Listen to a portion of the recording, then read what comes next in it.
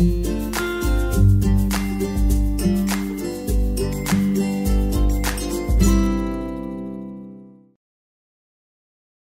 and welcome to the Easter episode special. Hope all your Monty Thursday, Good Friday and Easter culminate into a wonderful, exciting and blessed days. This Easter reminds me of my childhood days, and this Swedish meatballs and mash which I am going to make is very dear to me. I have tried to recreate the IKEA version of meatballs and hope you all will like it too.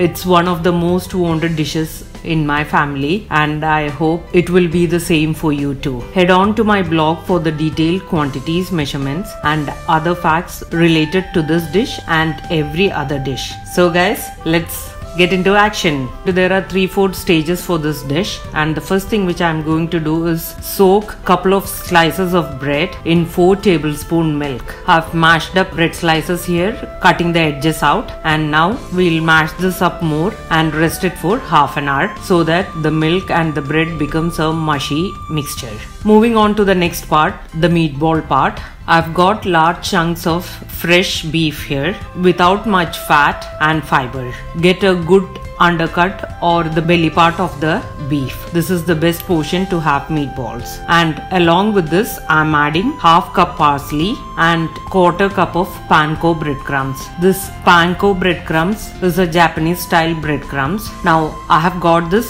seasoned one with some herbs. You can go for the plain one too. Now we'll grind this to a smooth paste like mixture, and mind you, when you wash, the beef has to be completely out of moisture. So you wash beef in advance and dry it on a paper towel or kitchen towel, anything which soaks up the water. And as you can see here, meat and parsley have turned into a minced texture. Now I'm going to add one medium onion which is sauteed in butter until it has changed its color, and we'll further process this into a smooth paste like texture, and this is how it should look. Scrape down the edges and grind it more until it becomes a smooth fine paste as you see here. Now we'll transfer this to a bowl. By the way, I have taken 1 kg beef here. What I do is I make meatballs and keep it in the fridge. So transfer this to a bowl and we'll add rest of the ingredients. 1 tablespoon garlic powder, 1 tablespoon white pepper powder, half teaspoon meat tenderizer, 1 teaspoon allspice powder, salt to taste. Now I'm going to mash this up with my hand so that all the spice powders are blended into the meat thoroughly. You just have to rub it and mix it up very well. So the mixture is almost mixed here. Now I'm going to add the soaked breadcrumbs along with quarter cup of regular breadcrumbs and 2 egg yolks. Further, I'm mixing this again with my hand. Rub it and mix it nicely. Don't feel bad because I'm using my hand in such a way that all the spices and the flavors are infused into the meat well. So the meatball mixture is ready here. Now we'll roll it into lemon sized meatballs or small lime sized meatballs. You can even measure each portion and do it in equal sizes. So I have got 40 meatballs here with 1 kg beef. You can reduce the quantity here if you want to make just for the day according to the number of people you have at your home. I usually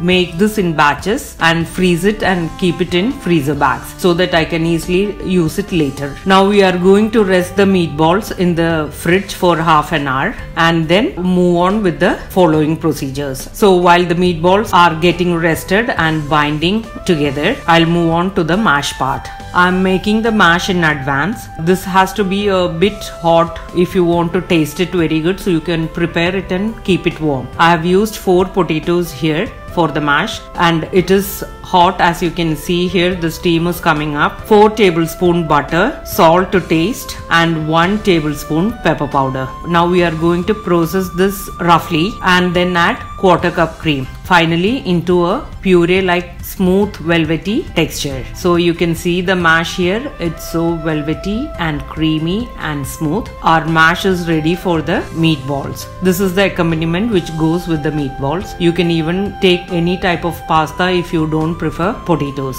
Moving on to the next part, I have heated up a cast iron pan here, adding 1 tablespoon of oil and 2 tablespoons of butter, and we'll fry the chilled rested meatballs in this until it's almost brown. There is no necessity that it should be browned all over.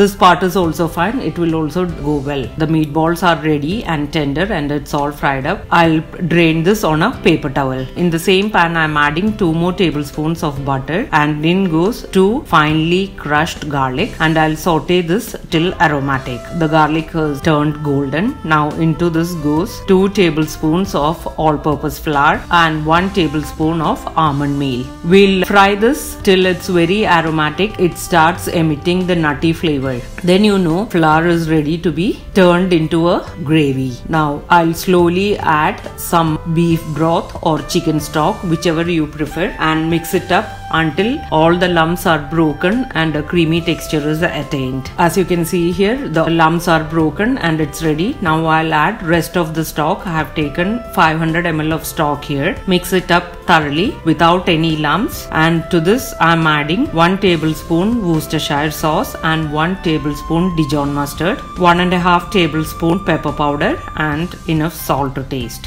Mix up, combine everything and allow it to boil. If you feel that the seasoning is lesser for your taste, you can add more. So the gravy has started boiling and thickening. I'll let it boil for a couple of minutes, and then we'll add the fried meatballs into this and keep on medium flame. Keep mixing at regular intervals and let the meatballs simmer in this medium-low flame for about 5 minutes until all the flavors are infused and the meatballs become tender and soft. I'm adding around 3 to 4 tablespoons of milk into this, and we'll give a combine and give a quick boil. As you can see here, the gravy has thickened and we are almost there. Finally, 1/3 cup of fresh cream, and allow this cream to get infused into the gravy and the meatballs. It should reach to the boiling point, but it should not boil. And the meatballs are ready to be served. Place the mash in the bottom and pour the gravy over the top of the mash